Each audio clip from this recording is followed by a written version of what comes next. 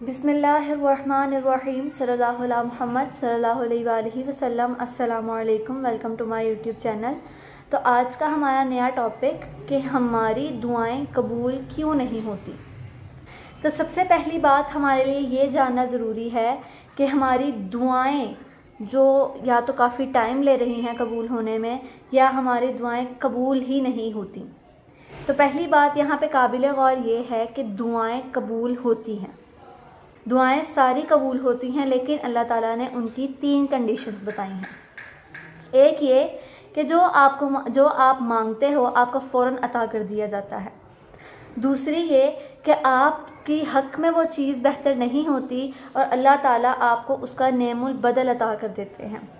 और तीसरी चीज़ ये कि आपकी वो दुआ ज़ख़ीरा कर ली जाती है और क़यामत के दिन आपको उसका नेमुल बदल यानी सवाब दिया जाता है, या उससे बढ़कर आपको क़यामत के दिन यानी आखिरत के दिन आपको अता किया जाएगा। तो अल्लाह ताला ने हमें ये 3 कंडीशंस बताई हैं और अल्हम्दुलिल्लाह हम इस बारे में जानते भी हैं।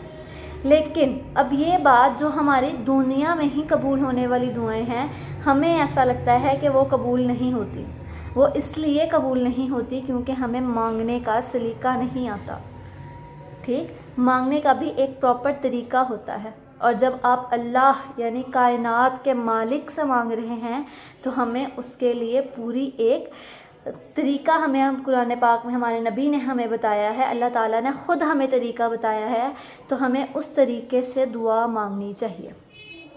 हमारे नबी सल्लल्लाहु अलैहि वसल्लम ने फरमाया, जब तुम दुरूद नहीं पढ़ते तो तुम्हारी दुआ अर्श तक नहीं जाती।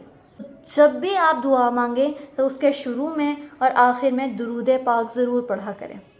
फिर अल्लाह ताला ने कुरान पाक में फरमाया कि जिस तरह हज़रत इब्राहीम अलैहिस्सलाम दुआ मांगते हैं, तुम लोग भी उसी तरह दुआ मांगा करो। हज़रत इब्राहीम अलैहिस्सलाम की दुआ मांगने का प्रॉपर एक तरीका कुरान पाक में बताया गया है कि सबसे पहले आप अपने लिए दुआ मांगें, ठीक, फिर अपने वालिदैन के लिए या अपनी औलाद कारोबार के लिए, फिर आप बाकी उम्मत मुसलमा के लिए दुआ मांगें। इसका एक प्रॉपर तरीका बताया गया है। आप उस तरीके को पढ़ें और फिर अल्लाह ताला से अपनी दुआ की अर्ज़ी रखें। आपकी दुआ इंशाअल्लाह ज़रूर कबूल होगी।